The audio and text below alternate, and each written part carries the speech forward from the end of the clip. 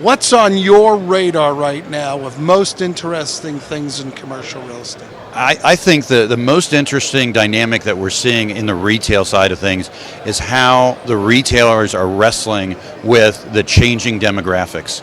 They've been tied at the hip and they've grown and experienced tremendous profits by tying themselves to the baby boomers. And the baby boomers are getting older and they have their way of shopping.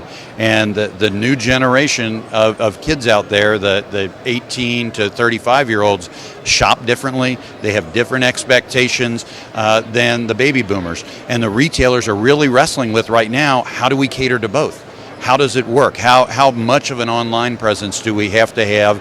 How does that really affect our brick and mortar requirement? And it's not a decision that's going to be made overnight, but how it settles itself out is going to have a tremendous effect on commercial real estate in the next 5, 7, 10 years. If they decide to move everything online and the stores are disappearing, we're hearing reports of some of your national brands now that are using substantially smaller floor plans. Talking about reducing from 28,000 square feet to as little as 7,500 square feet.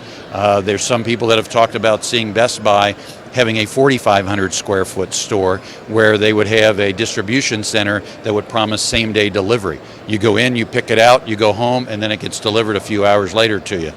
But going from 45,000 square feet to 4,500 square feet has a tremendous effect on the real estate value, and moreover, who's out there right now who's going to fill that 45,000 square foot box?